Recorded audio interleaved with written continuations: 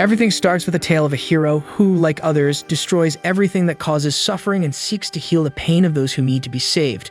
However, every hero awaits a premature end, whether through the betrayal of someone he trusted or by falling into an enemy's trap. Once, one of these heroes was so powerful that people avoided him out of fear that he continued to save those in need at the cost of his own heart. When the world was saved on the brink of death, he prayed to the gods to grant a wish in his next reincarnation. Next, a boy named Alan wakes up with his brother screaming his name because their father is calling. This brother despises Alan for being lazy and undeserving of the comfort he has, wishing their father would be stricter with the older brother's behavior. But he believes today is the day everything will change. So Alan arrives in the throne room where his father mentions that the boy was born into the Westphalt ducal family 15 years ago, yet he never advanced past level 1. And worst of all, at the blessing ceremony held the previous day, Alan received no gift, even though every child in this world receives a gift from the gods. For this reason, Alan's father sees him as a failure who embarrasses the family name, being the heir of the Westphalt family, so he kicks his son out of the house. Outside the gates, Alan celebrates being free from such an unbearable duke after being reincarnated. Now he could follow his own path and seek the inner peace he so desired in his past life. For this, the boy wanders to the borderlands in the east of Westphalt, where he hopes for a peaceful life far from trouble, unlike his previous incarnation where people feared him.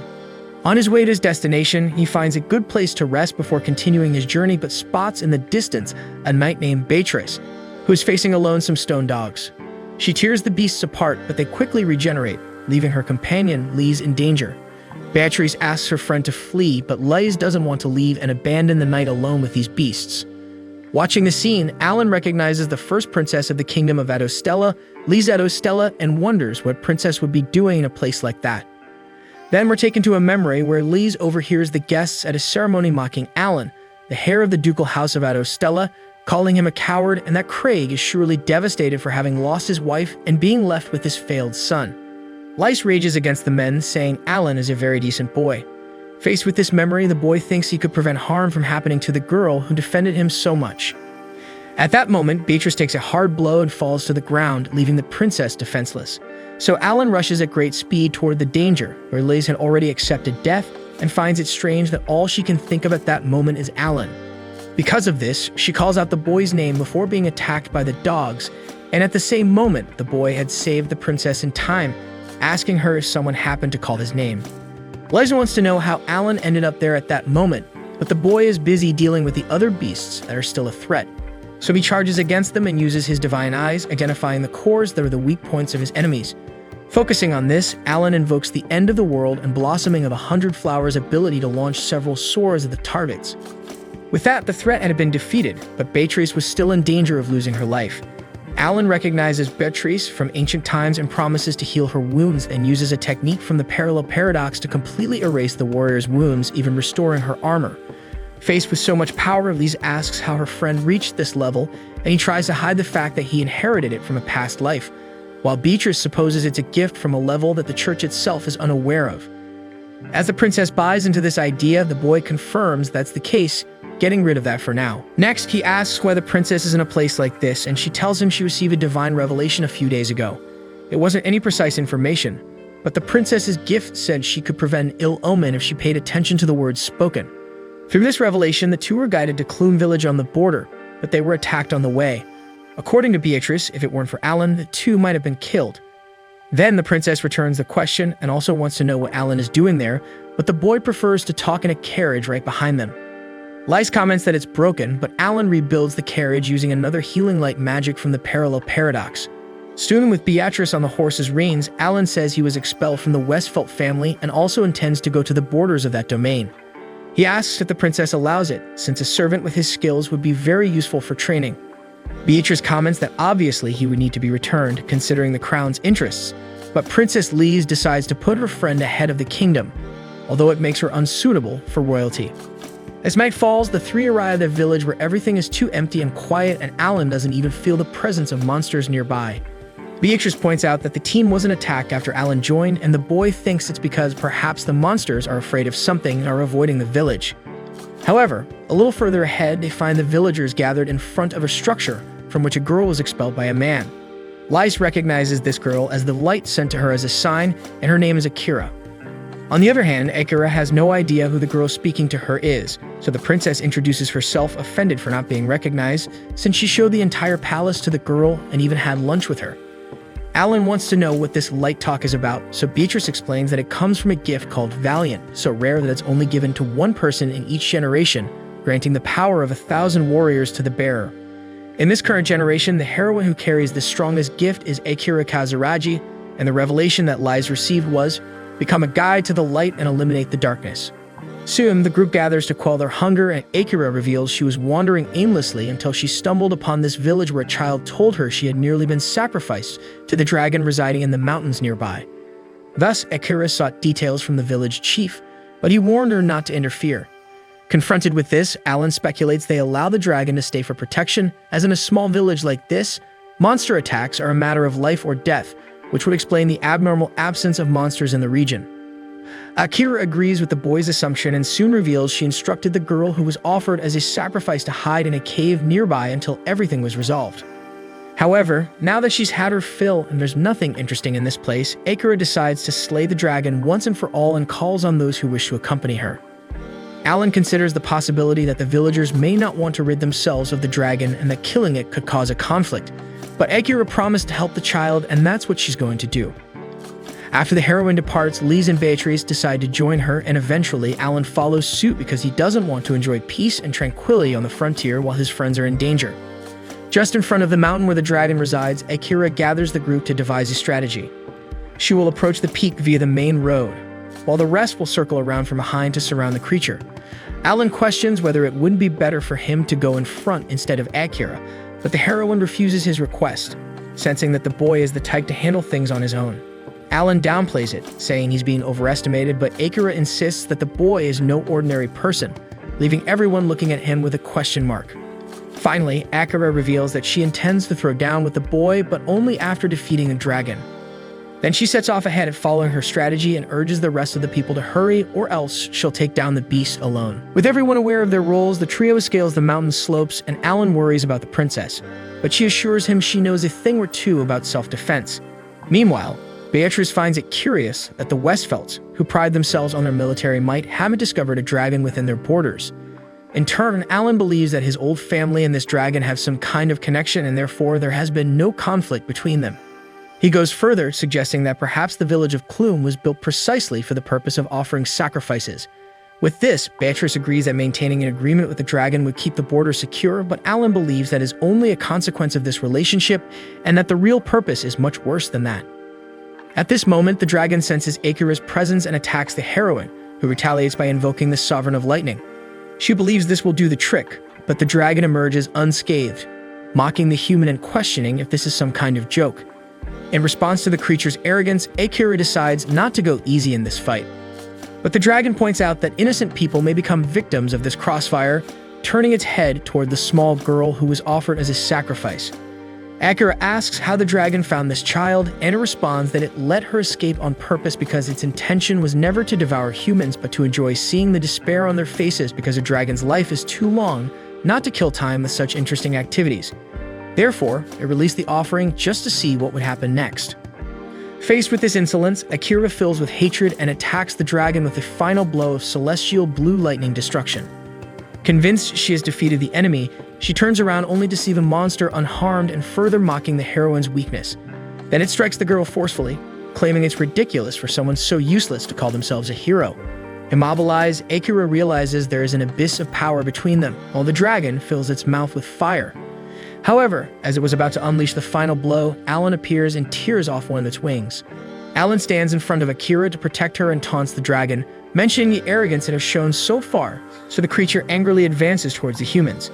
Alan asks Elise to take care of the heroine and for Beatrice to take the child, then he invokes an ability called Yemen Assassin's Sword, causing enormous damage to the enemy. The creature wonders how it can be injured by a mere human with a blunt blade since it is the Red Dragon King, the living being closest to a god. Alan acknowledges that this monster is on a different level, but watching the battle between him and Akira, he believes he can win with his technique of the end of the world. However, the dragon plays dirty and uses the rest of the group as helpless shields. However, Lise motivates Alan to do what must be done, and in that moment, he remembers that he lost the ability to face people since he began to be called a failure. Still, he sees that Lies awakens a strange courage within him, so he charges at the dragon, who decides to end everyone at once. But the mysterious warrior uses the light, the supreme ability of the end of the world, and as the intense glow of the weapon pierces the creature's armor, the darkness of the sky dissipates along with the red dragon king, and its scales fall from the sky like a petal shower. Shortly after, Akira awakens and embraces the child she promised to save, while Alan reflects that saving a princess and helping a hero kill a dragon wasn't the kind of peaceful life he wanted. But when Lise extends her hand to the boy, he realizes that a small detour on the path isn't harmful. The next day, Alan wakes up startled and apologizes for having slept for too long, but Lise reassures the boy, after all, the battle against the Red Dragon King must have been very exhausting. So Alan asks where the others are, and the princess points to the middle of the field, where Akira and Beatrice are facing off in a training duel. Then Lise takes the opportunity to explain her ability to heal people that she demonstrated earlier. However, Alan mentions hearing stories about a miraculous saint who heals any illness or injury at the doorsteps of homes in need, expressing surprise that it's the princess. Nevertheless, to him, whether she's a princess or a miraculous saint, Lise remains just herself. With that said, an atmosphere of affection grows between the two, but Akira shouts for Alan to train with them, disrupting the intimate moment. Sometime later, the adventurers bid farewell to Akira and the little rescued girl. They invited the heroine to join their journey, but she doesn't get along well with carriages, preferring to walk instead. Lies asks if Akira is sure she wants to stay with the child, and she responds that the two have already bonded, and besides, her family no longer exists, so returning her to the same village isn't a good idea. The little girl rejoices at this opportunity to start a new life, while Akira apologizes to Alan for the broken sword, feeling that she should have been the one to kill that dragon instead of leaving everything to the boy. Therefore, Akira feels inadequate and intends to hand over the sacred sword to someone worthy of it, which in this case is Alan. Humbly, Alan responds that he was only able to win with Akira's help, and that to the little girl by her side, Akira is the only hero that matters around there. Thus, the two bid farewell and go their separate ways without the rest of the team. In the late afternoon at the Westfelt family palace, Alan's father informs a mysterious man in a suit that the Red Dragon King was defeated when trying to lure the heroine into an ambush. The man in the suit assumes that she had the help of the saint, so the Duke realizes that there's more to it. Alan's younger brother rages over the dragon's death, lamenting that the clay dogs weren't able to eliminate the princess, promising to send a whole pack next time to avoid the risk of failure again. However, the Duke reminds them that the dragon's death caused a limitation of material, so they can't waste magical life forms. The boy thinks this thriftiness will let the princess escape, but the Duke assures that as long as the Tarbits are within Westfelt lands, opportunities to catch her won't be lacking. However, more importantly, the Duke wants to know if that elf has been found, and the unknown man responds that there's no need to hurry because soon he'll deliver the elf's head to the noble. With the departure of the man in the suit, the Duke rejoices at the opportunity to bury these annoying god's puppets and avenge the Westfelt family. Meanwhile, in the carriage, Alan asks about a friend of Lee's who is a blacksmith, and she explains that this blacksmith lives in a city not far from there called Granholm. Liz would love to ask her friend to make a new sword for Alan. He in turn is surprised to hear about cities on the border, while Beatrice asserts that their friend is a good professional despite there not being many elven blacksmiths. Then Lise apologizes to Alan for her revelation, putting him in this whole situation, and intends to give the sword as a reward. Alan accepts the gift but asks if the princess shouldn't return to the capital. She explains that she has already informed her father, besides being with Beatrice. As night falls, the group sets up a camp to sleep, and Beatrice offers to light a fire, but Alan uses his power to create fire for everyone, leaving the warrior stunned. Lise is exhausted and ends up falling asleep on her friend's shoulder, and Beatrice teases, saying they're engaged, so there's no problem with that.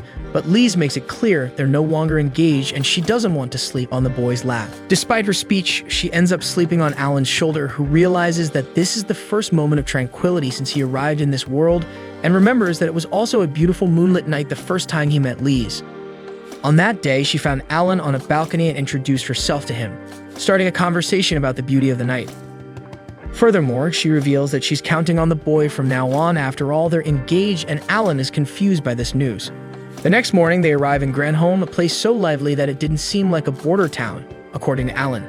Beatrice explains that travelers and wanderers often pass through this type of city precisely because it's on the border. Soon, they all arrive at the blacksmith's house, but it seems that the elf isn't home. Alan notices that the door is unlocked, so the girls enter and call out for their friend Noelle, while Alan admires the perfection of the craftsmanship of those weapons inside. At that moment, Lee screams upon seeing Noelle unconscious on the floor, but Beatrice assures that it's just the elf's usual heavy sleep. With that, the saint heals her friend, and the bodyguard explains that Noelle doesn't eat, drink, or sleep when she starts making a weapon, and therefore passes out from exhaustion. The princess has already asked her to take it easy with work, but she never listens. At that moment, the blacksmith wakes up and sees her friends whom she hadn't seen in so long but wants to know who the guy next to them is. So he's introduced as Alan, one of Lisa's guards who asks the elf to forge a sword for him. However, Noelle has too many orders lined up, so she doesn't have time for that. Lys is frustrated, and Beatrice understands the blacksmith's side, who grumbles that this man already has a sword. Alan shows that the weapon is broken, and the elf feels ashamed for someone so clumsy wanting to wield a weapon made by her. However, upon picking up the sword, she notices that it was used to its limit to break like that, which intrigues the blacksmith to the point of her changing her mind and agreeing to make another blade for the warrior. She asks if Alan wants a sword that surpasses the sacred sword, simply the most powerful weapon she could produce. After all, only a few people are capable of wielding such equipment, and Noelle believes Alan is one of those people. With that said, the boy has no reason to refuse, so Ferreira prepares to start the work by pushing all the visitors out. Alone inside the house, the elf remembers Vanessa, a blacksmith she greatly admired in her childhood, and immediately promises to produce a weapon that will surpass the sacred sword. As she leaves, Lys hopes that Noelle doesn't overdo it with work, and Alan suggests that the group find an inn to stay in while waiting for the sword to be ready. Nearby, a woman reveals herself and intends to report what she's seeing. Soon she tells the man in the suit that the saint was seen with her bodyguard and another warrior, and the man is surprised because he thought the princess would only be accompanied by Beatrice, so he plans to investigate the matter.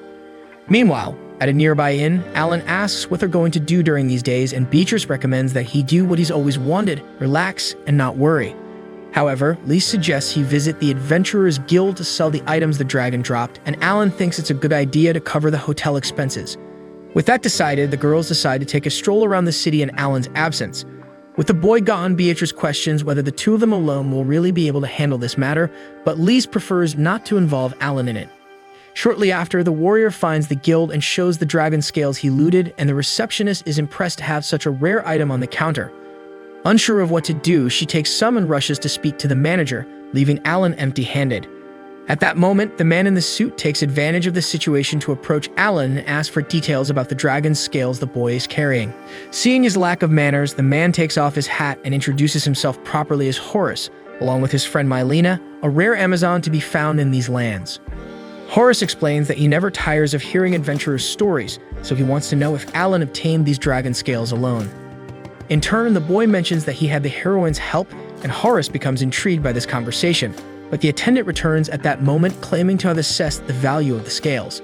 Alan looks back at the mysterious man, but he had disappeared along with his companion. Outside, Horace comments to Mylene that he never imagined that the man accompanying the princess is just a useless person without talent, but the Amazon feels something in that young man that bothers her a lot, although Horace thinks he is not a problem. Days later, the trio returns to Noelle's blacksmith hoping the sword is ready, but once again she was passed out on the ground. After being healed, Noelle points to the most powerful weapon she could forge, and as Alan wields the blade, he is sure it's a great sword. Noelle wants to test the weapon right away, but Lys warns that she won't be healing the elf all the time. Still, the blacksmith chooses to accompany the boy because only by observing the sword will she know if any adjustments are needed. Alan notices the girl's perfectionism and asks why she decided to be a blacksmith.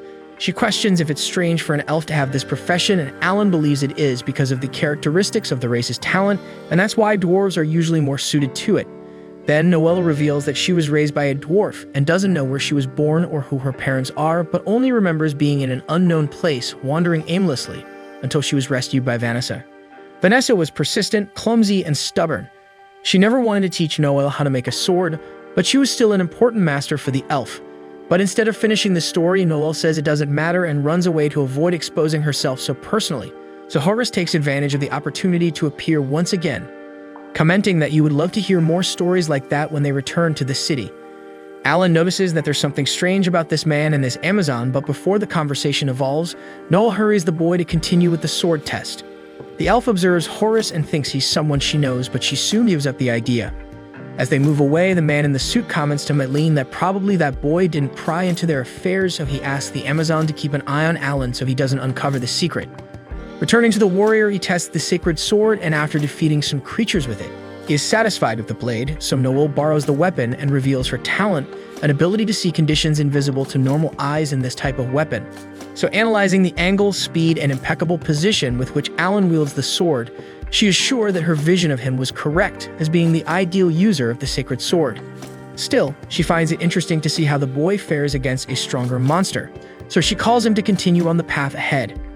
Venturing deeper into the forest, they arrive at a place where Noelle swears there have always been many monsters, but since it's empty, she supposes they are afraid of Alan's presence.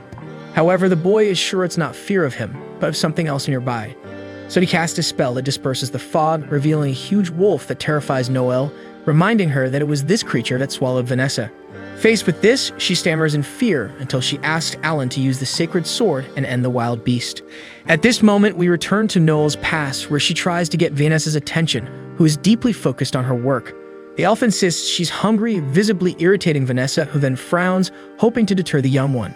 However, hours pass and the blacksmith was still hard at work, while Noelle had managed to scrounge up something to eat. Approaching Vanessa, the elf asks how she manages to use all these different tools, but Vanessa remains silent. Irritated by being ignored, Noelle misbehaves, lifting a huge sword with her hands, but loses balance and falls, knocking over several things on the nearby shelf. Even so, Noelle hadn't gained the attention she sought, so she decides to back off and sit near the dwarf again. Noelle asks what's so great about hammering on a sword all day, especially when it leads to feeling sick from not eating or drinking anything for days. Seeing she won't get what she wants from a distance, the petit one approaches Vanessa, repeatedly calling her dumb for not even knowing how to speak, but even this tactic fails. The next day, Noelle sleeps anywhere in the house while the hammering continues incessantly until suddenly, Vanessa interrupts her work. Proud of the sword she has forged, Vanessa lifts it with a smile while Noelle watches with curiosity. After that, we return to the present moment where Noelle insists that Alan killed a beast, but he says he has no reason to, as the wolf is just sleeping in its corner, away from humans. He asserts he doesn't wish to take on the elf's vengeance, so Noelle takes the boy's sword to seek justice herself. However, Alan advises her against it, explaining that the creature Fenrir has a barrier that nullifies any attack below a certain level. This sword, for instance, wouldn't even scratch the monster, and he reminds Noelle that she knows this, as she has yet to create a weapon stronger than the sacred sword. With that, Alan leaves the decision in the elf's hands. Upon returning to the lodging, the warrior informs the rest of the group about the giant beast in the border region. He believes someone brought that Fenrir to this territory because the animal was concealed by some kind of magic, and Alan has a hunch about the reason. Before that, he asks if Lise and Beatrice reveal their true purpose, and the girls realize they can't hide anything from him. So Lise explains that about 3 months ago, the famous General Cyril, one of the kingdom's strongest, was murdered. No one knows why, but the assailant took the general's head with him. Many spells were used to try to uncover the motive, but it's still unknown to this day. Suspicions suggest the culprit is a demon, as these beings use magics unknown to humans. But since demons aren't known for killing humans and caring about politics, perhaps he's under someone else's orders. For all these reasons, Lise and Beatrice were investigating this case in this city, and after some thought, Alan believes he has a suspect. Meanwhile, at the border, Mylene wonders who managed to undo the Fenrir's camouflage, as it's not something simple to do. Therefore, she believes she's dealing with a more dangerous enemy than Horace imagines. When she returns to her boss to report her mission, he informs her that he will soon make his move because his time in this city is up, so Mylene must bring the elves and the saints' heads. Seeing the girl seem frightened by the request, Horace questions how a feared Amazon can be so sensitive, and when the magical subordination collar appears on the girl, the man makes it clear he won't accept a no as an answer. Meanwhile, Noelle is crafting new weapons and remembers when Alan said that depending on how his sword is refined, maybe one day it can even harm Fenrir. Noelle asks the boy to tell her everything he knows about it, and agreeing, Alan asks the elf not to be reckless with what he's about to teach her. Persistent in her goal, Noelle is sure that one day she will be able to surpass the sacred sword, but her exhaustion had reached the point of making her fall asleep again. Then a nightmare of the moment when the Fenrir attacked her home occurs, and Noelle is trapped under the debris that fell from the ceiling. Vanessa tries to fight the Fenrir, while Horace admits she is a great blacksmith, but that's a problem for him because he doesn't want anyone to be able to produce weapons superior to the sacred swords. At that moment, Vanessa advances against the wolf, but a magical shield he possesses shatters her sword, leaving her at the mercy of the creature. After dealing with Vanessa, the Fenrir rushes toward the elf, but Akira appears and casts a lightning bolt at the monster. As the magic has no effect on him, the heroine advances and cuts him with her sword, forcing Horace to retreat along with the beast. With the enemies fleeing, Noelle goes to her master's body to mourn her loss. Akira tries to convince her to tend to her wounds, but Noelle questions why the heroine had a sword capable of injuring the wolf, but Vanessa didn't. Soon the young elf embraces the weapon her master took so long to make and cries copiously in front of her body. At dawn, Noelle wakes up feeling strangely light and hearing a noise outside. She thinks it's Lise, but it's Alan, checking if the blacksmith really wasn't overdoing it with work as promised. Then, after a long day's work, the blacksmith finishes another sword and returns with it to the forest where the Fenrir was last seen, apologizing to Alan for using his sword. After a long walk, Noelle confronts her arch-rival and raises the blade to pierce the beast, but she hears the sound of the sword and is struck by the elf first. After Noelle struggles to her feet, Horace appears and is impressed that the girl wasn't incapacitated by a Fenrir's swipe. Finally, he reveals that he was looking for the elf Noelle Leonhardt. The elf asks if the man will kill her, just like he did with Vanessa, and upon hearing that name, Horace scratches his chin and remembers that this elf indeed seemed familiar because she was the one with the dwarf blacksmith. Because of this, Horace believes that the master and apprentice being killed by Fenrir is a twist of fate. But Noelle tries to prevent it from happening, yet when she charges at the wolf, he leaps over her and hits her back with his hind paw. With that, Horace wishes to ask one last thing before the elf is devoured. He wants to know if she would serve him because such extraordinary talent as hers would be wasted in Fenrir's stomach. This talent is the Grom Vision, the eyes of the sovereign fairy. There are only 5 known innate gifts in this world, and this is one of them. Nonetheless, Horace promises to reward the blacksmith, just as he does to this day with his subordinate Amazon, because after Horace destroyed her homeland, he took the girl away to serve him.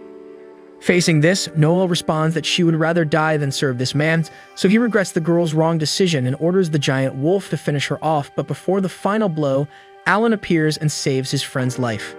Seeing the young man's capability, Horace confesses that he underestimated his talents, but at the same time believes it was foolish of the young man to abandon his main post to get there because if anything happens to the princess, it will be difficult to reach her in time. By the way, Mylene was already inside Lise and Beatrice's room. However, as she approached Princess Lisa's bed, it was only a tied mattress. In fact, the two were already prepared for this encounter and were waiting hidden for the Amazon's arrival. Returning to Alan, he mocks the enemy's arrogance, for at no moment did he consider Mylene being discovered. Knowing how she operates, the boy placed a barrier that nullifies invisibility around Lise. Alan has been the target of such plans so many times in his past life that he's more than accustomed to them.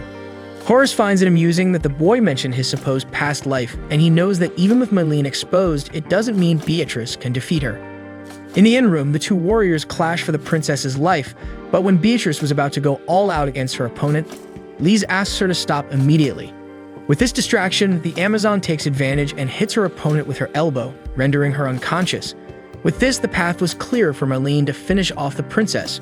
But instead of completing the job, the Amazon hesitated until Beatrice managed to save her friend in time. Watching the fight from afar, Alan sees that the two won't need any help and informs Horace that his execution attempt failed. Still, Horace believes he is in control of the situation, since Fenrir cannot be harmed without a sacred sword. Therefore, he orders the wolf to destroy the insolent boy, and the beast's imposing presence makes Noelle recall old visions of her trauma and scream for Alan, but the warrior manages to open a hole in the monster's body without major problems, causing Horace to flee at that moment in the face of such a great force. Soon Alan was carrying Noelle back home, taking advantage of the fact that the elf passed out after he healed her. Besides, she had spent the night forging, so sleep was expected. At that moment, Lise comes running towards her friend to see how he is. Fortunately, everyone is fine, but Noelle isn't happy when she wakes up and sees that Alan was carrying her without her permission. The next day, they assess that Mylene has been released from Horace's subordination spell, so she should be able to speak freely. Beatrice thinks it's best to take her to an official trial in the capital, but Lise believes that this girl is not evil, so she wants to find a more peaceful way to resolve the situation. The bodyguard reminds that the Amazon tried to kill the princess, but she responds that it wasn't this girl's intention. Anyway, Lise believes that Mylene has someone from her people waiting for her, but the Amazon explains that her homeland was burned, and she has nothing left, nowhere to go. At that moment, Noelle remembers when she was rescued by Vanessa, and after asking her name, the dwarf blacksmith announces that she will take the elf to her house. Soon, in a moment of empathy, the elf blacksmith cuts the Amazon's bonds and frees her, besides inviting the girl to live in her house. Beatrice argues that this woman may attack Lise at any moment, but Noelle believes otherwise, and if that happens, Mylene will get a good scolding. With that, the Amazon is moved by the support she received from this strange person and starts crying. Beatrice thinks she was too harsh on the girl, but she's only crying tears of joy. Therefore, Alan realizes that today's problem is solved. Then in the middle of the night, he returns alone to the forest and casts a powerful spell. Meanwhile, Horace is far away from the protagonist, certain that he escaped death. Still, he wonders who that kid with such incredible ability is. And speaking of him, Alan had cast a spell at the exact coordinates where the old man was, so the spell hits the man and opens a rift along the way. After that, a ghastly creature approaches the man calmly. At that moment, Alan arrives to ask some things he needed to know, but it seems someone arrived before him. Then this creature returns to the Count of Westphalt and informs that he eliminated Horace to prevent the information from leaking. According to the Duke, this was the minimum to be done since the blame lies precisely with the demons. His son goes further, saying that the demons put on such a show just to not end up killing the saint or the elf in the end. So it seems they're not as good as they claim. With that, the demon expresses his dissatisfaction, frightening the boy, and he soon states that he will deal with the princess and the elf. The Cav announces that he will take care of the Archbishop's hero, but his son asks to stay with the Archbishop after all. He's not a failure like his brother and can handle this easily. In the next scene, we're taken back to a moment from Lisa's childhood, where she was escorted in her carriage along an extremely dangerous path. Suddenly, the carriage shakes violently, causing the girl's uncle to hold on to her to prevent her from getting hurt. Outside, the other soldiers shout that monsters are attacking, so the protective knight asks the girl to stay inside while he goes out to join the allies in battle.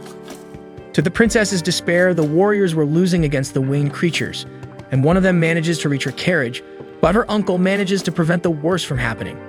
However, the monster reacts to the blow taken and seriously injures the knight, who is lifted into the air by the monster, but manages to impale it with his sword and ends up falling into a ravine along with his assailant. Back in the present, the heroes walk through the peaceful village where they pause their investigation until they question some men assembling a structure if there will be any festival there. One of the workers replies that the spirits festival will take place, where they receive the spirits of their ancestors, and it happens once a year. As the outsiders seem frightened, another man explains that it is a specific custom of this village, and that it's nothing more than a lively event where they dress up as spirits and dance. Then Lise asks if any of them saw a person wearing silver armor around, but no one knows what she's talking about, and Beatrice begins to accept that it was just a rumor. Strangely, not even the local guild has any information, and the group seems to be going in circles in this fruitless investigation. However, Noel mentions an adventurous client who spoke about a ghost living in a village, possibly from the royal family. Filled with hatred for the oppression suffered in his family, this ghost wears a silver armor stained with blood and walks among the graves at night. While speaking, the elf wanted to scare her companions, and Beatrice falls for it by being startled by the fall of a sword. The friends make fun of her, but the bodyguard swears that she's not afraid of ghosts. Finally, they decide to go back to investigating the village, and Alan considers that if it's a demon responsible to him, this talk of spirits would be like bringing back the dead. Thus, Beatrice shows fear once again, and the girls start teasing her about it. This time, as Noelle mentioned about the graves, the team resumes their investigation from the cemetery, while Beatrice can't hold back her nervousness in this dark environment. At that moment, she is surprised by a guy they saw yesterday, but this time he looks bizarre. Still, this man leads the group to the village leader's house because according to him, he's the one who will know more about what's going on in these parts. Alan questions what the man was doing in the cemetery, and he replies that he was walking around and stumbled upon the group by coincidence, and then he left. Shortly after, inside the house, the leader says that this is a quiet place, and he himself has never heard rumors about spirits and such. Then he offers his house for everyone to spend the night because the festival starts tomorrow, and they could join. Alan immediately accepts the offer, and the man goes to prepare the beds. After lying down, Lise dreams of her uncle in the beautiful palace garden wearing his typical armor and cloak. However, the girl calls her uncle Dad, and he corrects her once again. Although she likes the idea of having two fathers, the knight had just come to give his niece a kiss because he'll be away for a long time on an expedition, but he promises to come back as soon as he can. Lise doubts he's telling the truth, so the man teaches the child that believing in people is what creates connections and makes us human. Upon waking from the dream, Lise hears something outside, so she goes to the window to see what it is and sees her uncle walking away from the house. Lise runs after her uncle into the middle of the cemetery until undead rise from the graves and surround the princess. However, it was all just another dream, and since the girl was screaming, Alan went to check on her. In a few seconds, Lise catches her breath and gives a strong hug to her friend, who welcomes the girl back. The next day, as the sun sets, the Spirits Festival finally begins, and Beatrice doesn't hide that she found this celebration somewhat bizarre because treating the dead like this in her nation is a big taboo. Alan suggests that the royal knight exercise her authority to end the party, but the fearful warrior argues that no one has been hurt yet. As time passes, everything seems to be normal, but Alan can't shake off the feeling that there's something wrong with this village. Suddenly, the Macabre man returns and advises the foreigners to enjoy their stay and dance too, and Lise teases Alan to take Beatrice. Analyzing the situation with his special eye, Alan accepts the proposal and leaves with the bodyguard right behind. When she's alone, Lise sees a strange purple smoke hanging in the air and someone calling her name. When she realizes it, her uncle is in the middle of the crowd of residents celebrating, so she decides to go after him once again. When she finally reaches the man in the depths of a dark forest, Lise gets scolded by her uncle for being in such a dangerous place alone, but Lise argues that she's with her dad, and all this time she wondered where he was. After he fell, a huge search was conducted, but his body was never found, and that made the princess believe that the knight was still alive. So she asks what he's been doing all this time, and the uncle replies that he hated the royal family and went into hiding to seek revenge because his brother, Lisa's father, is trying to kill him. The princess doesn't understand why, so the knight explains that the king has always been in search of natural gifts, like the power to annihilate dragons, create unparalleled weapons, double the strength of soldiers, and bring glory to the nation, the ability to identify any gift, and lastly, Lisa's saintly power. Each of these powers is capable of destroying the kingdom, and the bearers of such abilities are called puppets of the gods. Lise comments on how absurd this is, and her uncle agrees but warns that the king thinks differently. In the king's mind, the bearers of natural gifts are rebels who have come to bring destruction in the name of the gods. That's why he decided to kill them all, and Lisa's uncle wants to save her. However, even though it's true, Liz would like to try to resolve the whole situation through conversation, because her uncle once said that the most important thing is always to trust people. Thus, the man agrees that he said that, but soon realizes that he has no other option but to kill Lise violently, so he draws his sword against her. But just when he was about to end his niece's life, Alan intervenes in time.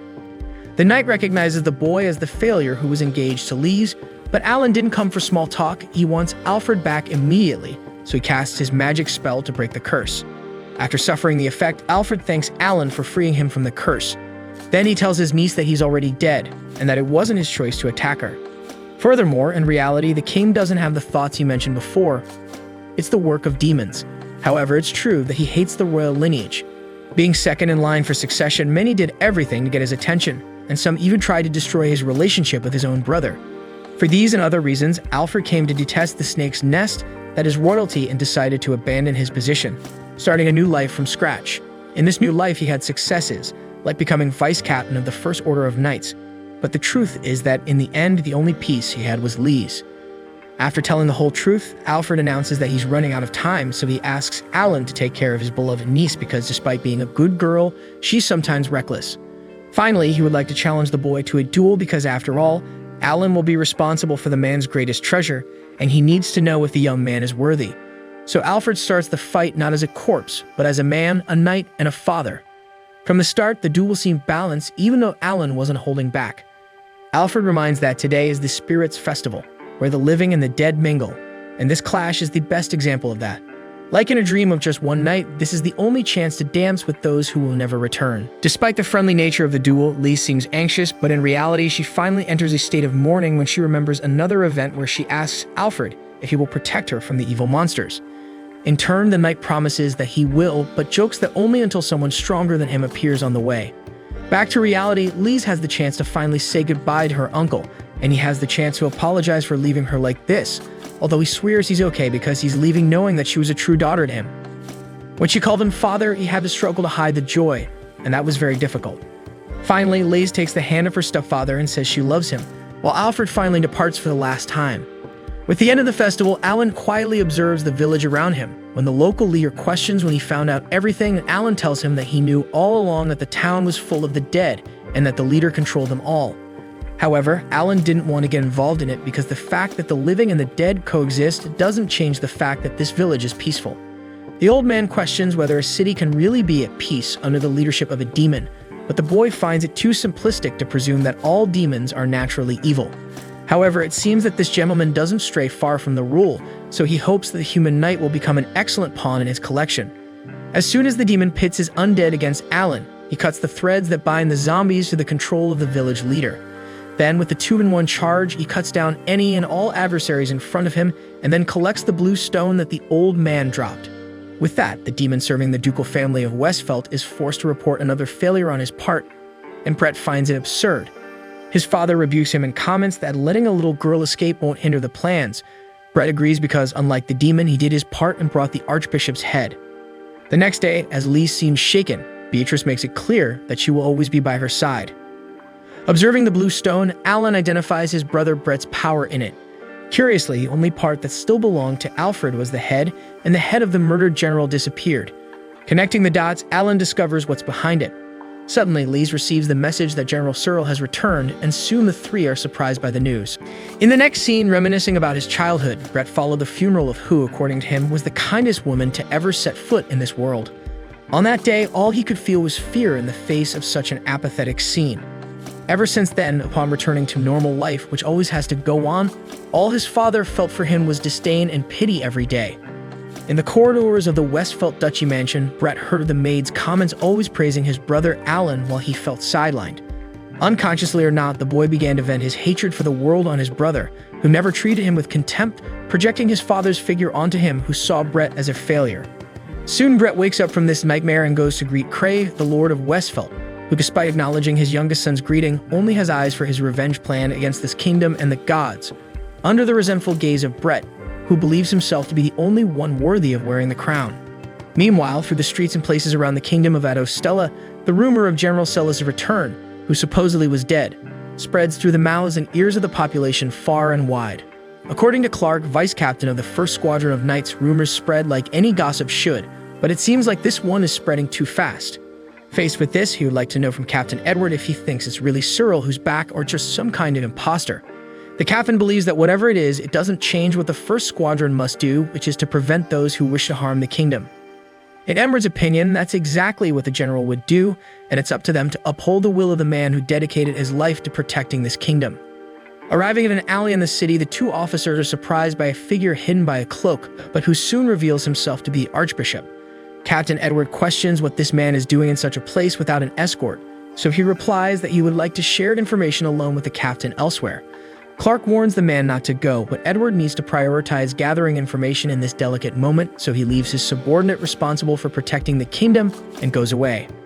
After some time, the captain and the Archbishop arrive at the castle training grounds, but instead of saying what he promised, the old man disappears from sight, until suddenly Lord Westfelt appears, ready to strike the captain from behind. Edward blocks the attack in time and soon mentions the sudden bloodthirstiness of his old acquaintance, Craig Westfelt. Since Craig's wife's death, Edward has never seen the man again, and the captain knows well that Craig is the kind of friend who attacks others from behind, as everyone saw, so he demands to know his intentions. However, Craig just smiles and comments that the Archbishop is on his side, then attacks Edward once again, starting a new duel in the same place where the two crossed swords so many times, to the point of generating a certain nostalgia in the Duke of Westfelt. However, Craig no longer needs this world, and that means Edward is also no longer necessary. Meanwhile, Brett remembers again the same funeral that dictated his family's fate, and it was there when the innocent child asked his brother why his mommy was sleeping. Alan tells him that she died, and that happens to everyone someday. While crying, the youngest holds his older brother's hand to feel some kind of comfort amidst the glaring suffering, and in the days that followed after his mother's departure, Brett just wanted to understand what it means to be a failure, and if he was one, and Alan tried to convince the boy that others' arbitrary judgment is worthless. However, Brett reveals that it's not just anyone who considers him a failure, but his own father, so he thinks his brother is lying and continues to suffer from Craig's harsh words. Over the years, Brett struggled to level up and be recognized by his father, which happened to some extent, but Craig's insults now targeted his brother Alan. Since then, Brett revolted because Alan didn't care about being seen as useless or make an effort to change that situation. So one day, Brett told the boy to his face that he deserved to be a heir of Westfelt, not Alan. Alan calmly responds that he knows the youngest well enough to know he'll be fine, but if he decides to go down the wrong path, perhaps nothing can be done to reverse his fate. Suddenly, an informant demon appears in front of Brett, informing him that negotiations on his side are going smoothly, so he asks about Brett's side. The boy warns that he used the Archbishop to betray Edward, but the informant warns that captain's gift is to nullify any gift within a mile radius, which befits his nickname, Disaster. Anyway, Brett isn't worried because his father is dealing directly with him, and in the worst-case scenario, Brett can use his gift without being affected by Edward. At that moment, another informant appears saying that the hero has appeared, so it's time to face the 1st Squadron of Knights. So before leaving, the first informant states that they are lending their strength to the Westfelt, so no failure will be tolerated, but Brett is sure he won't fail, unlike his failed brother. Meanwhile, in the middle of the city, Akira asks Sarah to be careful not to separate from her and end up disappearing from sight. When Sarah hugs the heroine tightly so that this never happens, Akira says that when the dust settles, she will find a safe place where the girl can live without fear. As they continue on their way, the two are being watched by shadowy figures surrounding the city until Akira gets tired of playing hide and seek and, away from the rest of the crowd, demands that the shadows reveal themselves. Faced with the enemies, the heroine explains that it's not difficult to track such an intense thirst for blood, but anyway, she emphasizes that none of them are capable of defeating her. In turn, the demons agree that they wouldn't stand a chance, but only if Akira were alone, which is not the case. So one of the demons applies the same symbol to Sarah that they imposed on the inhabitants of that cursed village, which uses the lives of the bearers as fuel for an explosion. In other words, with a simple fireball, Sarah will explode into the air like dynamite, so Akira must choose between staying and being killed alongside the girl or fleeing and leaving her behind. Since the heroine chose the first option, soon fireballs are thrown at the two humans. Patrolling the surroundings of Stella, a member of the first squadron informs Clark, the vice captain, that he looks pale. Being honest, Clark confesses that he is quite worried about the captain, although everyone believes he can handle himself. At this moment, a demon manifests itself in front of the soldiers, and Clark doesn't know what to do because he knows he is not capable of dealing with this enemy with the forces he has at the moment. However, the demon reveals that it has nothing against the soldiers and is willing to tell the truth about this world. Meanwhile, the Archbishop appears on the balcony of the royal palace accompanied by General Cyril for a speech to the population, which gathers happily for the return of the famous general. Controlled by Brett's puppeteered gift, Cyril apologizes for causing so much commotion in the past few days, but now intends to bring the truth to everyone. Then the Archbishop asserts that the gods have been lying all this time because, in reality, the gifts are not blessings they grant, but rather a curse for life. Cyril cites the example of the majority of the people who wish to have a simple life as humble bakers, artisans, or maybe a clerk to travel the world in freedom, yet none of them ever had the right to choose the gift they received. On the contrary, these gifts are evil tools that the gods use to control the people like mere puppets. However, the Archbishop reveals that there is a way to break free from slavery, and that is only by giving up their gifts so that everyone can be masters of their own destiny. Faced with this unexpected speech, the people go into a tailspin to see their entire societal structure turn upside down in a minute, but Cyril claims to have the answer to all these doubts by bringing Brett Westfelt to the forefront. First, Brett points to a magical life form right behind the citizens, while Cyril emphasizes that this monster has the strength of 10,000 soldiers, as well as no weak points in its defense. Second, Brett, with his puppeteer gift, can control this creature so that it can protect the kingdom without the need for divine gifts.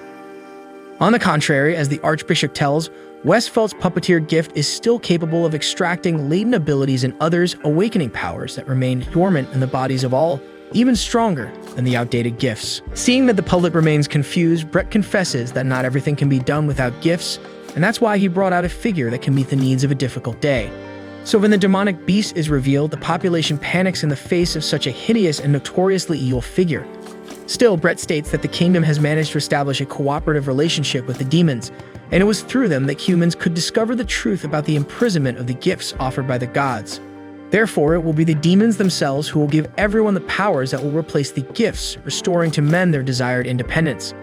In his final speech, Brett calls on the people of Stella to live together the destiny they choose for themselves, and as everyone applauded the youngest Westfelt, the more adoration he desired, while feeling in his veins the sweet pride of his own ego.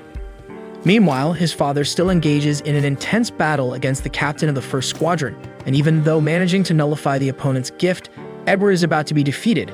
Faced with this, Craig reinforces his point of view, arguing that gifts were never the main strength of a man, but rather the level he reaches by elevating the status of his spirit, which elevates the individual and makes him truly close to the gods, so close that it makes a human capable of killing a god. As for the vice captain, upon hearing the supposed truth, he draws his sword along with the first squadron, fulfilling his role as the shield of the people. At this point, the demon disappears and knocks down the soldiers one by one. In a short time, Clark had been hit, and at this moment, the demon returns thinking the man would surrender, but Clark honors his title of knight by giving his life for the kingdom, while the demon laughs at the soldier's ignorance. However, before the death of the vice captain could be realized, Beatrice approaches and agrees with the demon about warriors being ignorant sometimes, including herself usually. Meanwhile, Edward has finally been subdued while Crate accuses the captain of being unworthy. Suddenly, a demon appears in the room, but when questioned about its mission, this demon attacks Crate and reveals to be Akira in fact. Hours ago, when the fireballs were launched at her and Sarah, the magical seal that Alan had placed on the girl was activated, protecting her and the heroine with a protective shield. Back on the balcony of the hall, Brett announces the end of human slavery to make way for the era of the real power of men, but Alan is seen among the crowd, generating hatred from his brother. Alan examines Beatrice's demeanor in the kingdom's surroundings while she accuses the demons and the Duchy of Westfeld of executing the general and attempting to kidnap Princess Lise. On the other hand, the demon has no doubt that all these humans will soon be underground, so he decides to reveal the truth as a funeral gift. As he begins to speak, Mylene activates a listening device while remaining invisible, and the demon's speech is broadcast through speakers near the palace. The demon confesses that powerful gifts like those of the general and the princess are obstacles to his race, which values domination, so they want to convince humans to give up their gifts on their own.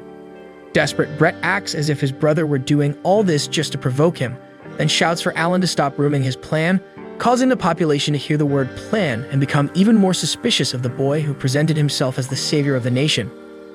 Furthermore, Princess Lise herself appears and reveals that the attempted execution against her did indeed occur at the hands of magical life forms like those Brett presented today as protectors of the kingdom.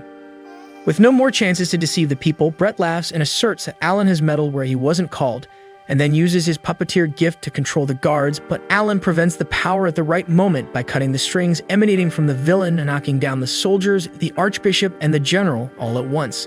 Faced with this, Brett has no choice but to appeal to the magical creatures he created, so chaos ensues in the capital square, causing people to run desperately for their lives. Seeing this catastrophe around him, Alan partially blames himself for not having been able to take care of his brother enough to prevent this tragedy. But at the same time, he remembers well that it was Brett himself who refused Alan's outstretched hand when there was time. This time, Brett tries to throw his magical strings to control his brother, but Alan pulls the strings onto himself and punches his brother, who came straight from the impulse to his fist, stunning him. Afterward, Lise welcomes a lost little girl in the midst of the incident, while Alan warns that he will deal with one more pending issue. Lise asks if it won't be too painful to deal with it, and this question triggers a memory in the boy when his father despised him for thinking his son was a failure, but this doesn't stop the boy from confirming that he will be fine. Meanwhile, Beatrice and Mylene bravely fight the demon while remaining invisible to try to equalize the battle.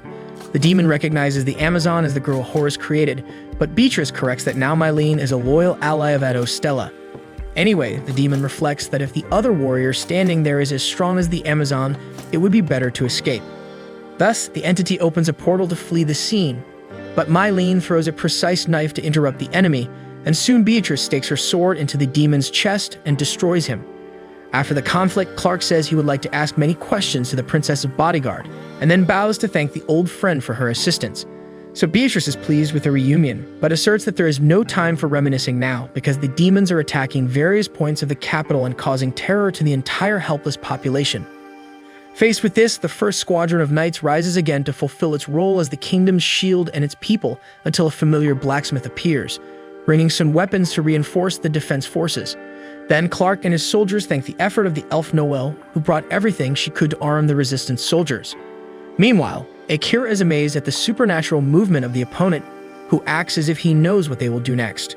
Edward explains that Craig Westfeld uses his gift, Funeral Agent, to see the future and anticipate the attacks he will receive, and the man's bloodlust makes the captain of the first squadron shout that Mariel would never approve of this. This simple statement strikes a chord in the man who at that moment remembers predicting her death countless times with his gift and even saving her as many times as he could. In the end, she still left in the same way without anything being done. For this reason, the Duke believes that his wife was merely a toy in the hands of the cursed gods, and soon she, with the title Holy Mother, was destined to be a mother of a hero. But instead, she conceived a failure who didn't even receive a gift. So the more his eyes bled, the more Craig cursed the god's fate that imposed death on his wife, and for that reason, he wants to devastate everything in front of him as a way to diminish the pain. On the other hand, Akira thinks the man is acting like a child and mocks the fact that he can't accept that he lost someone dear, and as he accepts that he is indeed paying too much attention to unnecessary details, Craig trades the light of his life force for the pure manifestation of diabolic power. Akira tries to act before it's too late, but Craig casts a spell before the heroine could react. She then invokes the blue lightning technique to combat the enemy's spell. However, the man-demon's ability was so great that Akira ends up losing the contest and is thrown forcefully against the wall. Edward warns Duke Westfeld that the excess of this diabolic power will destroy his own identity, but Craig is completely consumed by greed, so he uses his darkness to engulf Edward, causing the captain to be sucked into the macabre interior of the man-demon's consciousness, where Edward feels the sadness and resentment of his old friend.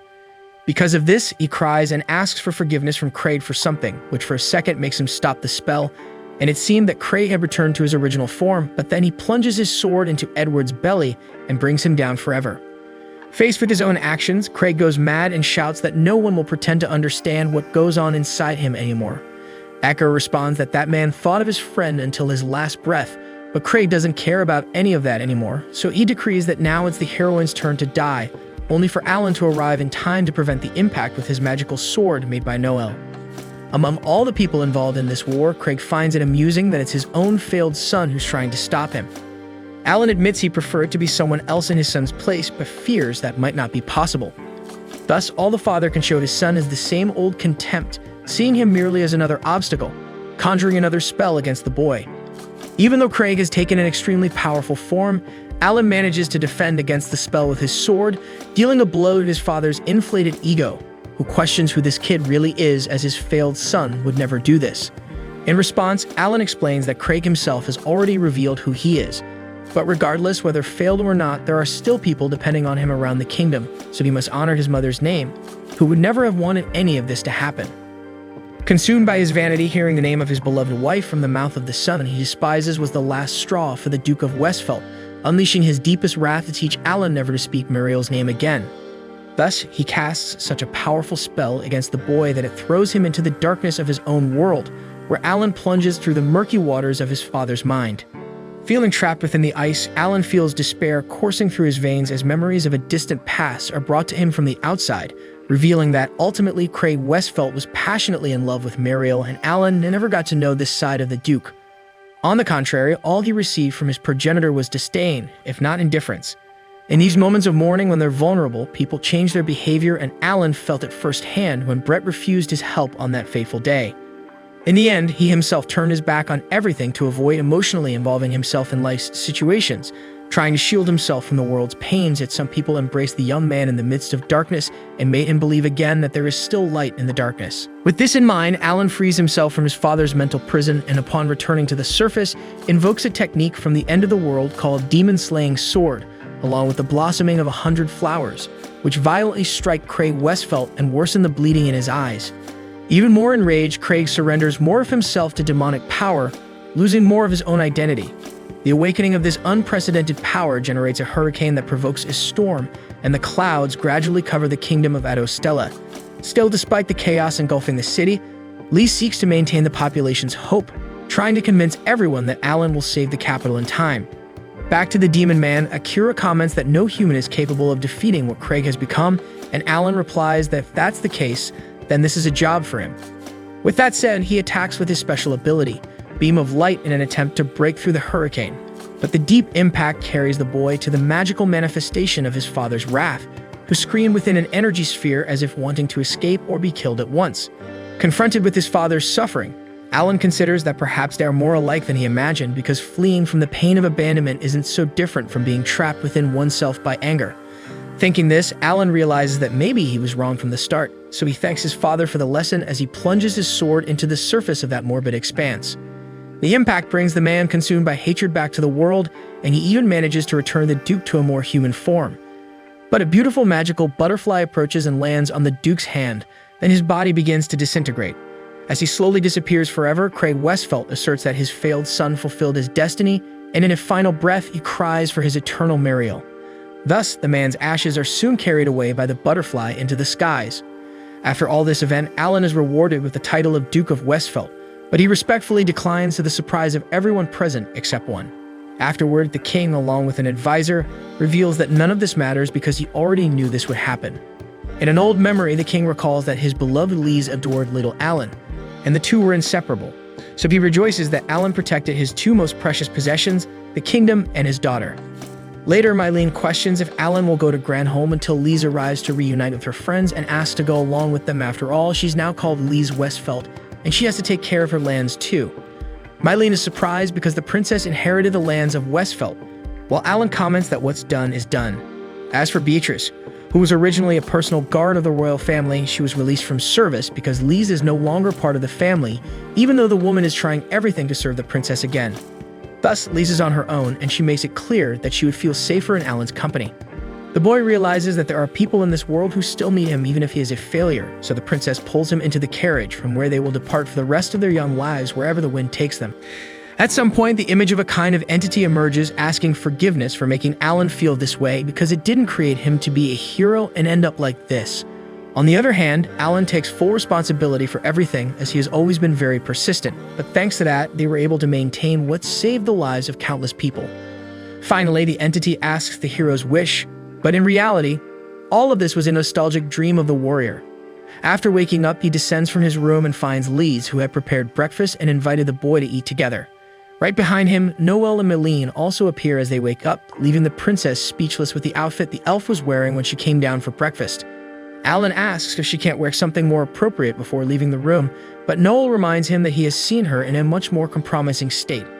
At that moment, Lise shakes the young man, wanting to know what this talk is about, and all Alan wants to know is when he will find the peace he so desires. Shortly after, he explains that the blacksmith got hot in the forge and took off some clothes to cool down, and that he didn't feel lucky witnessing that. Noel feels sad because she doesn't get like that in front of just anyone, so the boy retracts and says he feels honored to have been part of that unique moment. Moreover, the elf asks the human to eat quickly to test her sword, but Lise reminds the boy that he had said he would help her with the paperwork of the ducal house, while Meline reminds him that he promised to take a nap with her. To make matters worse, the receptionist from the Adventurers Guild arrives with a huge stack of people wanting to hire his services, since he never shows up at the guild. For this reason, she pulls the adventurer to resolve this matter, but the other girls tell the attendant to stop where she is because each of them also has something scheduled with him. The receptionist argues that there are chaotic monsters that only the boy is capable of defeating. That's not the other's problem, so they pulled each limb of his body like in a tug of war, making him wish he had never been born. Hours later, even without knowing how, he's exhausted from having managed to do everything he promised to do, so he finally lies down on the grass to get some of his long-awaited peace and tranquility. But right after that, he informs the girls that he's going to travel to the Victor Empire to get out of the routine for a while and maybe find a good place to live. The girls limit the decision, while Noelle mentions that this empire is always rivaling with her homeland, Granholm, and that there are many very skilled dwarf blacksmiths there, so this is her chance to learn a lot from them. Alan asks what time he invited the elf to go along, so Meline asserts that she's going too. As the blacksmith insists on accompanying him on the trip, the boy gives in before asking Lise what she decided to do, but the princess has work to do for the duchy. Whether having responsibilities or not, Lise joins the group and they all head to the Victor Empire, with the princess leaving Beatrice to take care of all the work she left behind. Speaking of which, Noel comments to Lise that she is no longer just the princess, but also the lady of the duchy, so she shouldn't leave. But that's why the princess is going along, because the empire continues to want to unite the continent, and as responsible for defending the kingdom's borders, the head of the House of Westphalt wants to spy on the empire's internal situation. Noel argues that she could have at least taken Beatrice as a bodyguard, but Lise reminds her that she herself said she feels at ease when the princess goes alongside Alan. Hearing that, the boy thinks it's too much pressure on him, so Lise says she counts on the boy, and all the girls laugh together. After a long journey, Noah was dozing off as were the other passengers until the carriage bumped into something and woke up the elf, who grumbled. Lise warns that this empire is surrounded by mountains and deserts, so there's no comfortable path. At one point, Alan stops the carriage, so the girls see that ahead there are several sand wolves, bloodthirsty beasts also known as desert reapers. Faced with this, Alan exterminates all the wolves and returns to the carriage in 7 seconds, continuing the journey without major problems so far. However, Alan notes that this would be an ideal terrain for an ambush, so the fact that there are desert wolves there makes him think that someone may be manipulating things. Sometime later, they stop in a city far from the imperial capital, which is still quite busy. Alan thinks the air around is a bit tense because even being a border city, there are too many guards in this city. Suddenly, he bumps into a girl on the way and realizes it's Henriette, an old friend. She asks what he's doing there. He returns the same question because the daughter of a marquess shouldn't be walking around without any security. Henriette says it's none of the boy's business and tells him to let her go. Noel asks who a cute friend of Alan's is, and Lise remembers that she's from the Lindfist Marquess family. Henriette notices Lise Adostella's presence and questions what the Duchy of Westphalt's chief is doing there. Not knowing what to say, Lise replies that she's just hanging out with friends, and Henriette comments that the girl lies very poorly, but that doesn't matter. After all, it's none of her concern, but the girl warns that the empire is on edge and this situation could turn the country upside down, so she advises everyone to go back home. Noel gets angry, while Alan remembers he has nowhere to go back to. So Henriette emphasizes that the Black Wolf Knights are acting, and the Empire gives them carte blanche to do whatever they want, so it's the most feared order in the country. With that, she turns around and leaves out of the blue while Alan thanks her for the warning. Once that was done, Noel realizes they arrive at a terrible time and everyone grows anxious until Alan abruptly dashes off, instructing the girls to count the passing cows in the meantime. Soon, Alan catches up to Henriette and inquires whether she issued that warning as the Marquis's daughter or as a disciple of the gods. She responds that in their past life, she used to dictate what he should do as a disciple, but in this world, she's just a girl named Henriette, albeit with a fraction of the power she once had. Alan wonders how she ended up in this world, and she speculates it's because her fate is to solve problems, advising him to leave as soon as possible if he values her counsel as he claims. With this, Alan realizes she came only because she was worried about him, so he smiles and bids her farewell. Now he needs to find the girls again, but an explosion grabs his attention. Approaching the scene, he sees a man fleeing with a knife aimed at him, so he tackles the man to the ground. However, a magical circle envelops the man, tearing him apart from within, causing his death and leading Alan to believe it's the work of a demon. Shortly after, a knight arrives, claiming the deceased was suspected of causing the explosion and demands to know what happened. In his defense, Alan states he only defended himself after being attacked, but didn't kill the assailant. The warrior argues that his story doesn't quite match the scene, but wants to know how the boy killed the suspect without using his gift. Alan asks how she knows he didn't use it, and she reveals her gift is to see the gifts others have used. Therefore, she suspects Alan may be a demon because demons possess powers beyond that, and she cannot identify if this was the work of one. Nonetheless, as an Imperial Knight, she cannot overlook this case. Assessing the situation, Alan knows killing his officer would cause trouble with the Empire, so when she moves to apprehend him, he vanishes from there using some form of magic. Quickly, the woman orders for soldiers to close the borders while trying to cover up this incident to avoid worsening the kingdom's situation. Next, we see it was Mylene who saved her friend with her invisibility and led him to the kingdom's sewers. But to his surprise, Henriette was there once again, scolding the boy for not following her instruction. Lyce recounts that after Alan's departure, they stood there counting the passing cows. When the 20th cow passed, Henriette arrived offering help and using Mylene for it. Alan is impressed that Mylene's copy, a power of demonic origin, went unnoticed by the knight's eyes, thus he praises his companions. Then he emphasizes the need to get out of there as soon as possible, but Henriette explains that the borders are likely already closed by now and Mylene probably wouldn't be able to carry everyone out, especially since the guards understood how Alan escaped. So everyone looks to Henriette, as she's the smart one in solving problems, and she confesses that perhaps she has thought of something. She then leads the group to her home, a mansion where a butler recognizes Alan. Similarly, the boy remembers him as Silas, the head butler of House Westfelt when he was expelled from there. Silas explains that he and the other servants left House Westfelt in protest, so the kind-hearted Henriette welcomed them all afterward. At this point, the Marquis's daughter arrives to end the conversation and instructs the butler to show the house to these people promptly. Unaccustomed to such comfort, Noel and Mylene jump on the couch like children. Lyce scolds them, but Henriette tells them to make themselves at home because she lives in this mansion alone, so there's no problem in disturbing. Apparently, there was an accident that caused her parents to leave, and as the only child, she was left alone in the mansion. Then Alan questions what's happening in this country after all, and Henriette reveals that the Emperor was executed over a year ago. Noel questions whether it's safe to spread such vital information of the Empire to outsiders, but somehow Henriette knows that no one there will spread this secret, making Lyce wonder why she's so confident about it. Nevertheless, the Marquis's daughter suggests that everyone stay there until the dust settles. As night falls, Alan watches the backyard from the balcony until Henriette enters without permission. According to her, the Emperor always moved under heavy guard, so she believes his death is due to some demonic force, because only such beings would be capable of committing this crime without leaving traces, besides Alan. Alan adds Henriette to this list, but she argues that killing the Emperor would bring her no advantage. That said, Alan takes the opportunity to ask since when the girl has been observing him, because hiring Silas along with the others couldn't be just coincidences, not to mention bumping into him as soon as he entered the Empire. Offended, Henriette insists that they are indeed just coincidences, and promptly leaves Alan's room. Outside, she's happy to see that now he can smile. As she recalls, Alan was worthy of the power and mission of a hero, with his strong and unwavering spirit. However, the fear and prejudice people felt against him hurt the hero and broke his heart. So it's true, Henriette worried about Alan, and that's why she reincarnated in this world, hoping he would at least be happy in his next life because she never wanted to see him feel what he felt that day again. Therefore, she's glad to see that someone was able to make him smile, even though it bothers her that this person isn't her. The next day, Noelle is filled with boredom, eager to see the region's blacksmiths and their outstanding forges, but Henriette tells the elf to forget about it because the city is surrounded by guards everywhere. So the blacksmith starts forging an imaginary sword due to withdrawal. Meanwhile, Alan wonders if the Black Wolf Knights are not just after him, and if so, maybe it's a good idea to keep Noelle safe at home. However, the elf wants to see the region's dwarf blacksmiths and jumps for joy when Henriette allows it to happen. With Meline as her bodyguard, the elf has a grin from ear to ear, so she takes a tour around the city, getting to know the local forge and cuisine. However, curiously, there were many elves in that place, and for some reason, they couldn't take their eyes off Noelle.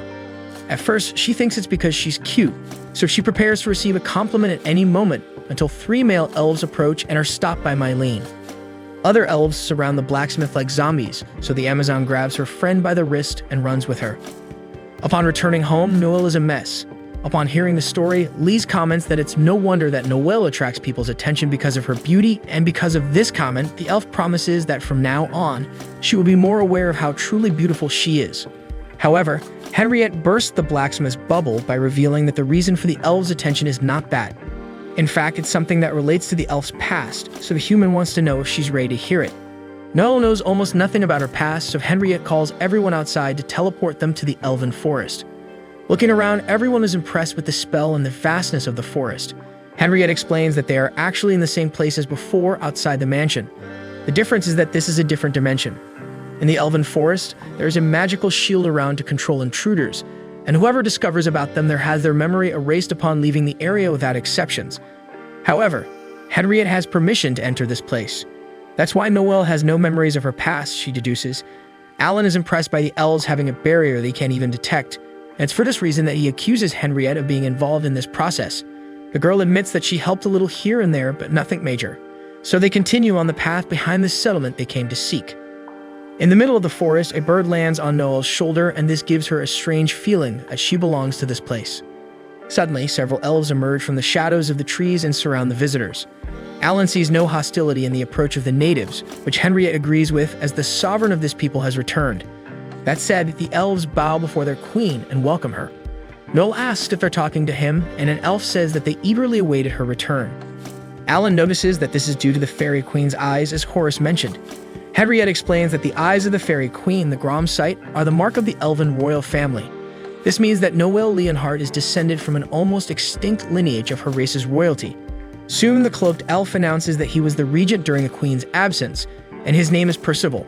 Either way, Noelle is terrified by this sudden turn of events, so Percival assures her that he will make the elf know the place before she decides whether to stay or not. That said, everyone crosses the elven forest until they reach the settlement. Alan admires the tranquility that hangs in the air, and Mylena thinks a nap there would be nice. Lace is surprised to see elves using human tools and furniture. Percival begins to explain that it was Henriette who brought everything, but the girl tells him to be quiet. Then the regent asks the queen if she liked the settlement's way of life, but the blacksmith asks not to be called that way yet. At this point, 2 children of a different race arrive, presenting their ruler with hazelnuts, promising to bring even better things the next day. Noelle accepts the gift willingly, but Alan has a strange expression at the scene. Anyway, as the queen is getting to know the region, Percival asks the children to make room and also tells Philip to come out of where he's hiding. Once done, the regent scolds the boy and tells him to go play with the other children. Noelle says she can exchange a word or two with the boy, but Percival insists that Philip move away. The little boy rebels since those bad kids were able to talk to the queen, so the regent tells him more emphatically to leave, which this time he does. Noelle questions what the boy meant by the other children being bad, but Percival avoids the subject and continues with the walk. As night falls in the previous dimension, a woman jumps outside Henriette's mansion until a man calls her by her name, Lisette. In response, the woman reminds Oswald that she should be called Captain, and then asks if he found out anything about the entrance to the elven forest. Oswald complains that the elves are too cautious, and Lisette understands why, as her partner exudes a bloodthirst that scares everyone away. Oswald is offended and throws in the woman's face that she was the criminal who broke the worst taboo possible in the kingdom's history, so she puts her sword to the man's neck and tells him not to mess things up by causing trouble. Impatiently, Oswald pushes the sword away and says goodbye. Meanwhile, the elven forest celebrates the queen's arrival with a grand party where everyone seems excited, except Alan, who remains with a closed expression. Then Percival approaches and asks for a word, recounting that for beings who live as long as elves, this decade without a monarch was both short and long at the same time.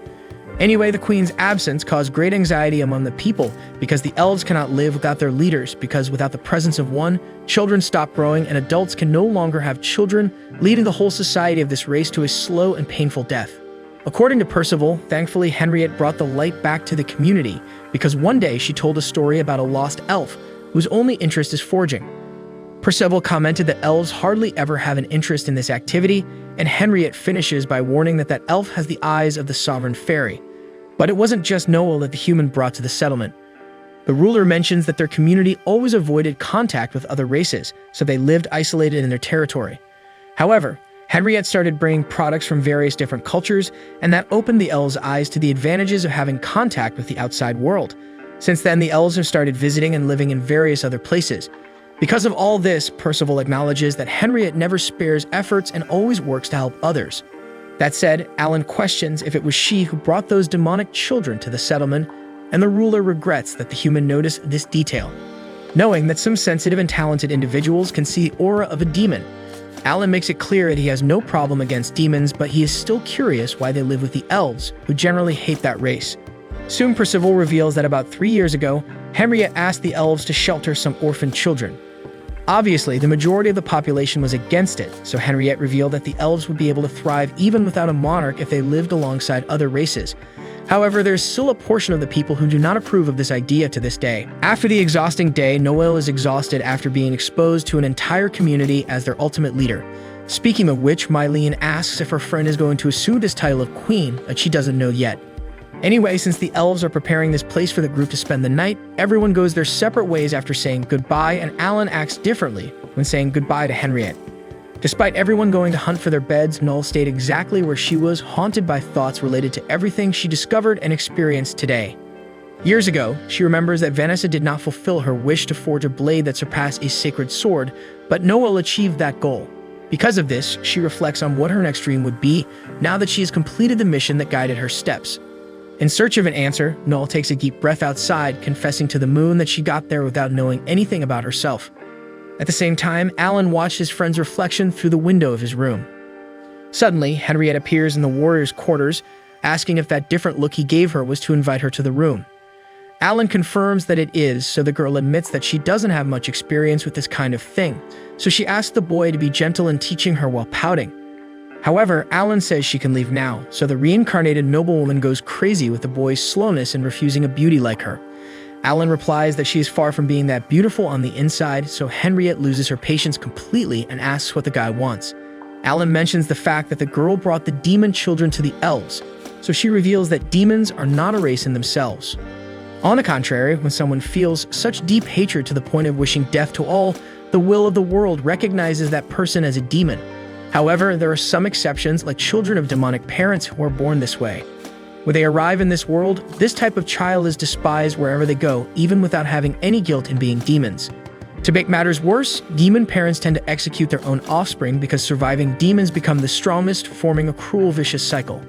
For this reason, it is almost impossible for a child of this type to survive. In the case of those two that Alan saw, Henriette took them at the moment they were to be killed. Henriette is offended by the smile the boy gave upon hearing this, but he explains that good deeds like this are typical of the friend, leaving her embarrassed. The next day, Percival takes the whole group to visit one of the wonderful places in the elven forest, Enchanting Leas. On the other hand, Noel couldn't get the story of being queen out of her head. Seeing this, Henriette asks the elf not to feel bad if she chooses to refuse because whether she wants it or not, the elves are trying a way to live without their monarch, so Noel must make this decision according to her own will. That said, the dew of many demons appears again, this time giving their queen a shiny stone which, according to them, is a treasure. Henriette says that this is a spiritual stone widely used in alchemy, being a crystallization of elven power. Suddenly, Philip arrives running and throws the stone to the ground to protect his queen from the demons, so Percival scolds the boy again, who runs away. Alan notices that the elves' aversion to demons is indeed very deep, and Henriette highlights that it's not just the elves, while seeing that Les hesitates to comfort the two small ones because of their origin. That said, Henriette leaves to deal with other things. Sometime later, she finds Philip in a dark alley and talks to the young man, trying to convince him that those children are harmless. After all, they also want to give presents and be friends with the queen, just like Philip. Therefore, in the end, perhaps they are more alike than one imagines. Then she gets up and leaves the boy thinking a little about what he did, and he realizes he needs to apologize. However, Oswald captures the child and forces him to show the way to the elven forest. Meanwhile, the group of visitors enjoys the beautiful feast being served at the table for them. Everyone gets excited about the food except Noel, who still seems very disturbed. Henriette shows concern about this, and Alan understands the reason. After all, it's not every day that you're called to become the sovereign of an elven civilization as the only means of its reproduction. In the meantime, Noel reflects that with all this greenery on her plate, what she really wanted was a rare beefsteak. The next day, everyone bids farewell to Henriette, who leaves Percival in charge of guiding the people. Alan asks about the reason for her departure, and the elven regent informs that the young Philip left the forest and never returned. Back in the city, the girl begins her search for the little boy, while in the elven village, Alan admires the carefree way the residents live their lives. Mylene wonders whether it's carelessness or laziness. With this in mind, Lise asks Percival if elves don't have the concept of work, and with some embarrassment, he confesses that his race is not known for being very industrious. At the same time, in his defense, he points out that elves don't need to work like many others, as they grow at a much slower pace and have a much longer lifespan, which gives them a very different perception of time from many other species so accustomed, and that includes the notion of working like crazy. Speaking of which, Alan asks if Noel is crazy for being an elf and working like crazy, while Mylene wants to know who cooks the food. Percival responds that food is not a problem. Then he extends his hand, and an apple falls into it instantly. According to him, this happens because the forest shares all its generosity with them, considering that they are part of the forest, just as the forest is part of them.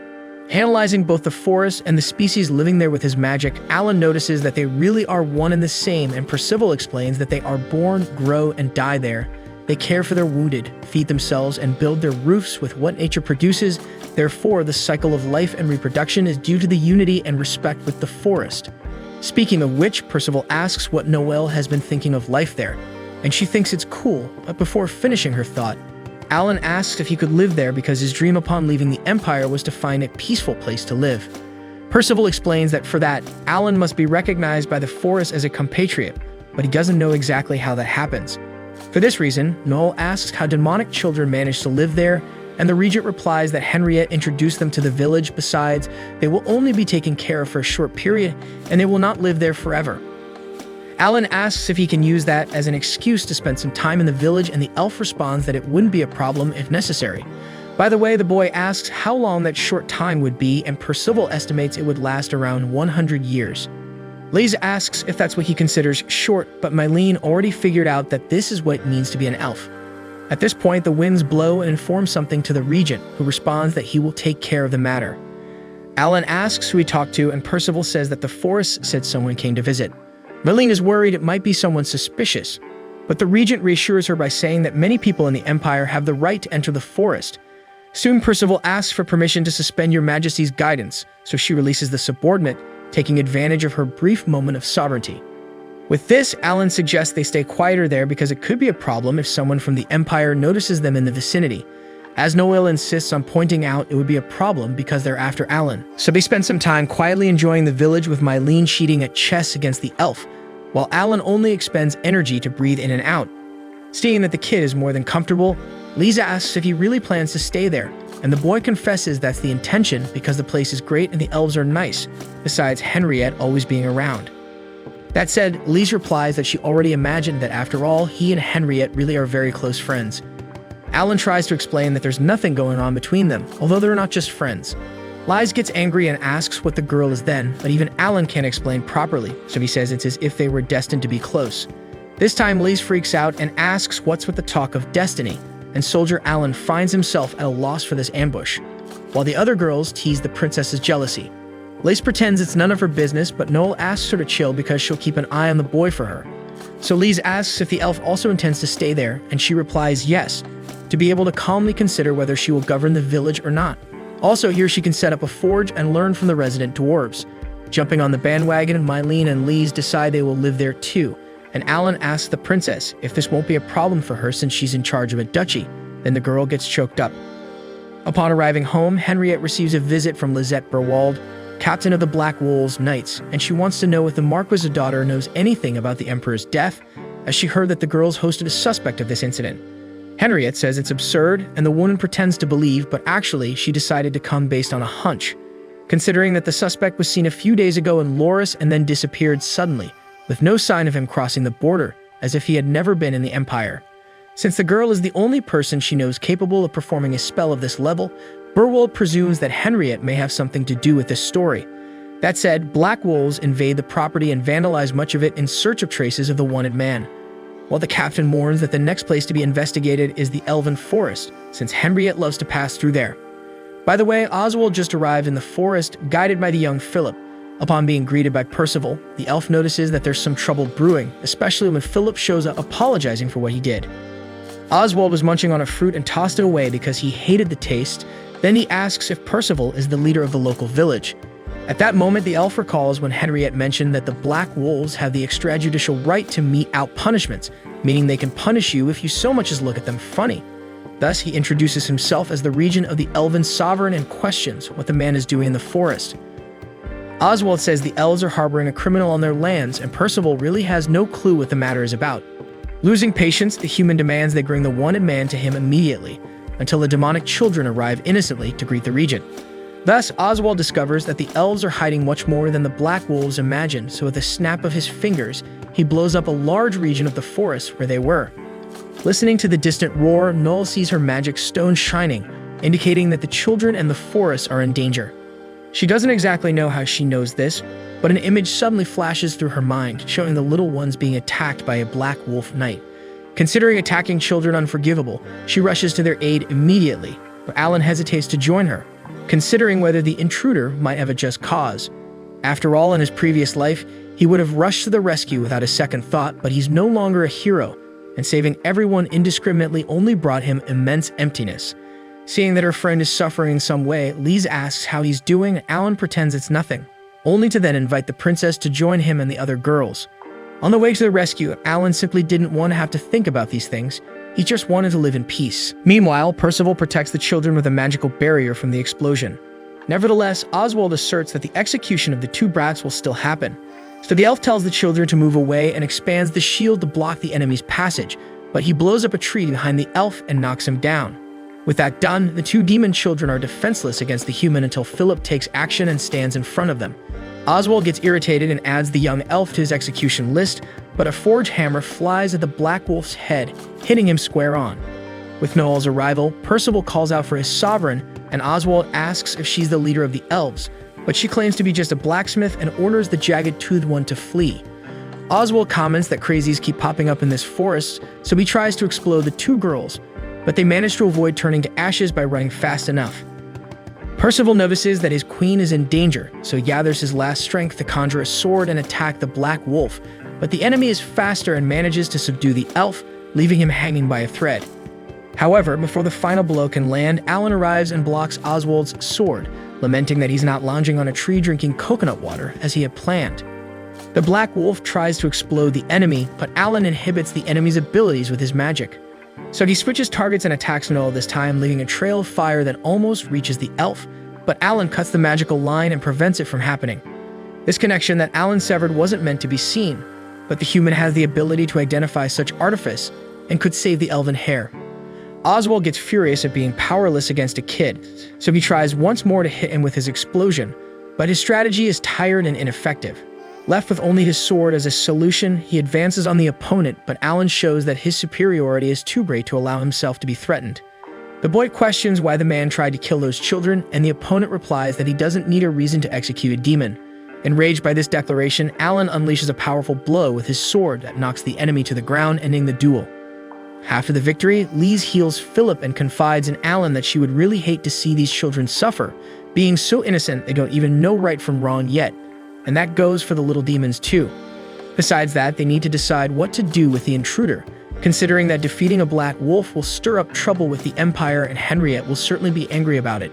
Speaking of the girl, she suddenly arrives wanting to know if Alan has messed up again.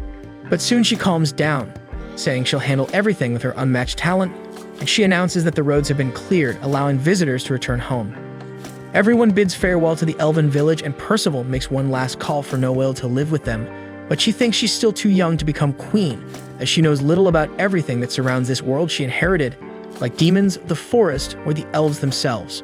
However, if she continues traveling with her friends, she's sure it will bring the wisdom she needs to become a true monarch every day. Either way, the region eagerly awaits the hare's return.